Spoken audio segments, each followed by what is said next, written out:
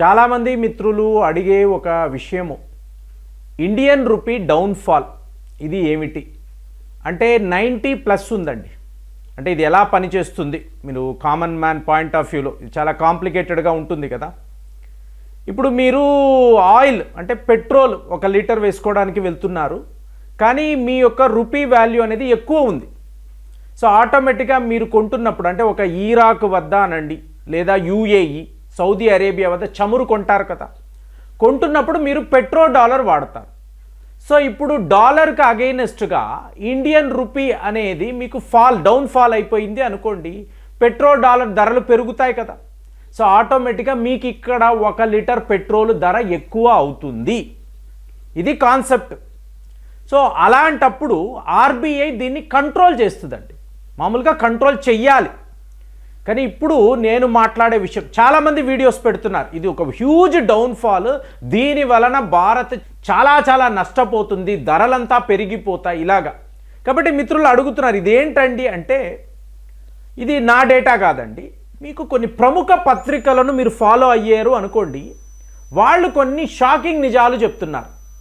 ఇప్పుడు ముఖ్యంగా బ్లూంబర్గ్ లాంటి పత్రిక, అంటే షేర్ మార్కెట్లో ఉండేవాళ్ళు ఎక్కువగా ఈ బ్లూంబర్గ్ అనబడే పత్రికను ఫాలో అవుతారు. వాళ్ళు ఏం చెప్తున్నారు అంటే, ఇది ఒక సీక్రెటివ్ స్ట్రాటజీ ఆఫ్ ఆర్బీఐ. వాడు అమెరికా వాడు ఎందుకండి చెప్తాడు, వీళ్ళు కావాలనేసే ఇండియన్ రూపీ యొక్క ఈ ప్రైజింగ్ అనే దాన్ని కంట్రోల్ చేయడం లేదు. రేపు ఇది 90 కాదండి, 95 అయినా, ఇంకా చెప్పాలంటే వాళ్ళు 100 అయినా కూడా మీరు ఆశ్చర్యపోవడానికి లేదు. బాబోయ్ ఇదేంటండి ఇంత డేంజరస్ వ్యవహారం, మీకు ధరలు మీరు అందుకోలేరు కదండి, ఆయిల్స్ అనండి, బంగారం ఇవన్నీ మీకు ఎక్కడో ఉంటాయి. సో అలాంటప్పుడు మనం ఆర్థికంగా చాలా ఇబ్బంది పడతాం. ఇదే కదా అందరి కాన్సెప్ట్. సో ఇండియన్ రూపీ అనేది ఒక హ్యూజ్ డౌన్ఫాల్లో ఉంది. సో ఇప్పుడు మనం కోలుకుంటామా లేదా, మీరేమో యూరోప్ యూనియన్తో అక్కడ ట్రేడ్ అగ్రిమెంట్ అంటారు, అలాగే ప్రపంచ దేశాలు ఎటు చూసినా కూడా భారత్ ఒక గ్లోబల్ ఎకనామిక్ ఫోర్స్గా కనిపిస్తుంది అని అంటున్నారు. మరి అలాంటప్పుడు మన రూపీ ఎందుకు ఇలా పడిపోతుంది? అమెరికా వాడు ఏమైనా కుట్ర పన్నుతున్నాడా? ఎందుకంటే అమెరికన్ డాలర్ ఇప్పుడు మనం మాట్లాడే డీడాలరైజేషన్ ఆపడానికి వాడు మనపై ఇలాంటి చర్యలు తీసుకుంటున్నాడా? అందరూ మాట్లాడుతున్నారు. కానీ ఒక బ్లూంబర్గ్ అనండి, అలాగే ఒక జర్మనీకి సంబంధించిన పత్రికలు, నేను ఇంటర్నేషనల్ మీడియా మాట్లాడుతున్నానండి, వాళ్ళు ఇది డెలిబరేట్గా ఆర్బీఐ చేస్తుంది. ఒకటి ఫ్రెండ్స్, మీకు శక్తికాంత దాస్ అని ఇంతకుముందు మన ఆర్బీఐ గవర్నర్ ఉండేవారు. ఇప్పుడు ఆయన మన ఇండియన్ రూపీని 84లోనే స్టేబుల్గా ఉంచారు. అంటే మనము డాలర్స్ కొనడము, అమ్మడము, ఇంకా ఈ కరెన్సీ స్వాప్ అని అంటారు. ఇప్పుడు రీసెంట్గా 5 బిలియన్ అమెరికన్ డాలర్స్ మనం స్వాప్ చేసాం ఫారెక్స్ రిజర్వ్లో. సో ఇదంతా మీరు చూసారనుకోండి, టెక్నికల్గా ఉంటుంది. కానీ శక్తికాంత దాస్ ఏం చేశారు, స్టేబుల్గా ఉంచారు.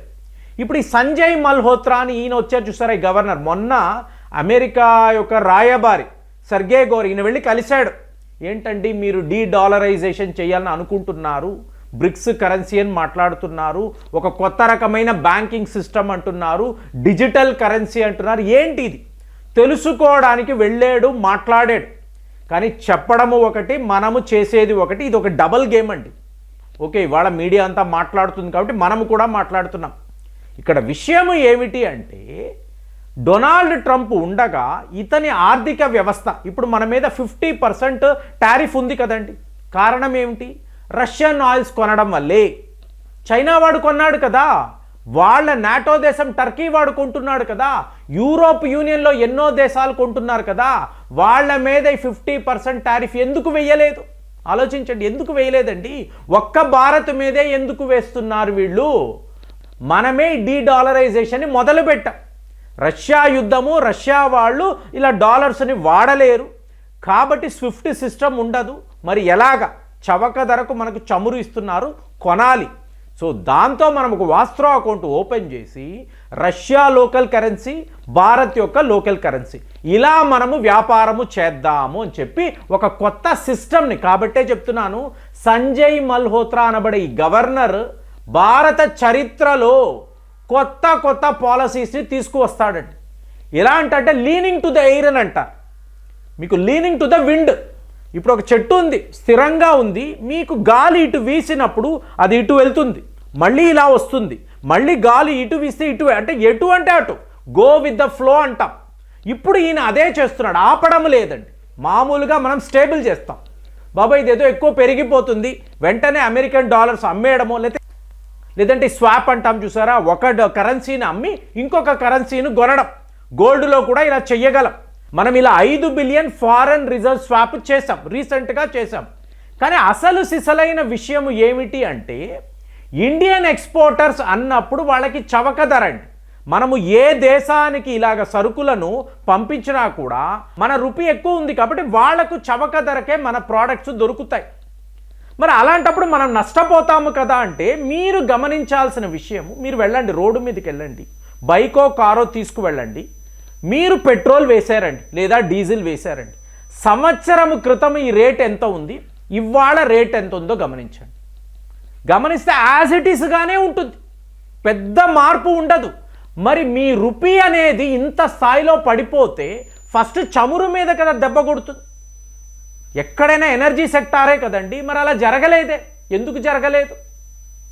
సో మనమే పెద్ద ఆర్థిక నిపుణులం కాదు, కానీ ఒక కామన్ మ్యాన్గా నేను నా కారు తీసుకువెళ్ళి ఒక 10 లీటర్ డీజిల్ వెయ్యాలంటే నాకేం ధరలో ఏ చేంజ్ లేదు. మరి ఇవాళ మనం రూపీలా డౌన్ఫాల్ అయిపోయిందనంటే ఎలాగా? పెరగాలి కదా, 100% పెరగాలి కదా, ఖచ్చితంగా ధరలు పెరుగుతాయి కదా, జరగలేదు. అలాగే మీరు మన ఫారెక్స్ రిజర్వ్స్ని చూసారు అనుకోండి, మొత్తం విషయం బయటపడిపోతుంది. బ్లూంబర్గ్ వాళ్ళ ఎక్స్పర్ట్స్ ఇదే చెప్తున్నారు.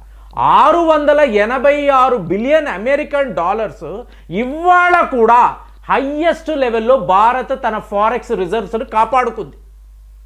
మరి ఇది పడిపోవాలి కదండి మీ ఫారెక్స్ రిజర్వ్స్. మీరు అమ్మేస్తారు కదా, ఆటోమేటిక్గా అమ్మేస్తారు కదా, మీ స్టేబుల్ చెయ్యాలి అంటే మీరు ఇదే కదా మార్గం మీకు. మరి అలాగే ఉంది, హై లెవెల్లో ఉందండి మన ఫారెక్స్ రిజర్వ్స్, మీకు ఎప్పుడు స్టేబుల్గానే ఉంది, అది పడిపోవాలి కదా. అంటే మనం ఇది కావాలనేసే చేస్తున్నాము అనేది ఈ పత్రికలు చెప్తున్నారు. ఆర్బీఐ వాళ్ళు అలో చేశారు, 90 అవ్వని 95 అవ్వని పర్వాలేదు, మనము మన ఫారెక్స్ రిజర్వ్స్ని కాపాడుకుంటున్నాము, అట్ ది సేమ్ టైం ధరలు పెరగకుండా చూసుకుంటున్నాము, రష్యన్ ఆయిల్స్ ఇంకా కొంటున్నాము.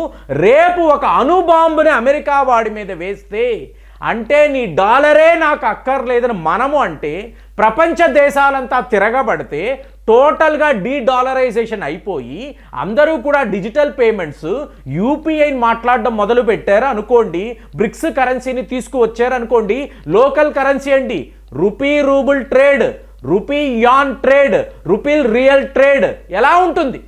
సో దీనికే ఈ ప్రిపరేషన్ అంతా జరుగుతుందా? కాబట్టి అమెరికన్ డాలర్ని మనం అలౌ చేస్తున్నామా, ఎక్కడా వాళ్ళని ఆపకుండా పద చూసుకుందామని చెప్పి ఈ డబల్ గేమ్లో ఇవాళ ఆర్బీఐ ఉందా? ఇది తెలుసుకోవడానికే అమెరికా యొక్క రాయబారి పనిగట్టుకొని ఆర్బీఐ గవర్నర్ అపాయింట్మెంట్ తీసుకొని కూర్చొని ఈ క్లారిటీ మనము వాడికి చెప్పేదంతా చెప్తామండి. కానీ ఇవాళ డొనాల్డ్ ట్రంప్ చేస్తున్న ఈ దరిద్రానికి మనము ముందు లాంటి పాలసీస్, ఎవరో ఒక నిపుణుడు వచ్చి నాకు 35 ఏళ్ల అనుభవం అండి, ఎప్పుడూ ఇలా లేదు, చాలా తప్పు అంటే ఇవాళ ట్రంప్ వచ్చాక మీ ఆర్థిక విధానమే మారిపోయిందండి, ఎకనామిక్ పాలసీయే మారిపోయింది. అందులో ఒక భాగమే మన రూపీ యొక్క డౌన్ఫాల్. ఇది ఎప్పుడూ ఇలాగే ఉండదండి, ఇది నాకు తెలిసి ఓన్లీ టెంపరీ ఫినామినన్. మీకు త్వరలోనే దీనికి సంబంధించిన క్లారిటీ కూడా వస్తుంది. ఎందుకంటే ఇంతంత పెద్ద ఎఫ్టీఏలు చేస్తున్నప్పుడు వాళ్ళు బిలియన్స్ ఆఫ్ డాలర్స్ మన మీద పెట్టుబడులు పెడుతున్నప్పుడు మనం ఎప్పుడు ఏం చెయ్యాలి, ఎంత జాగ్రత్తగా ఉండాలో ఖచ్చితంగా మన నిపుణులకు తెలుసు అని నమ్మాలి. అంతే తప్ప నేను నిపుణుడని చెప్పి ఏదేదో మాట్లాడడం అనేది కరెక్ట్ కాదు. కాబట్టి ఈ క్లారిటీ పెట్టుకోండి, రూపీ డౌన్ఫాల్ అనేది ఒక టెంపరీ ఫినామినన్ అంతే, ఇది త్వరలోనే మారుతుంది. మరి మీకు కూడా అలాగే అనిపిస్తుందా? కామెంట్స్లో రాయండి. మళ్ళీ వచ్చే వీడియోలో కలుద్దాం. జై హింద్.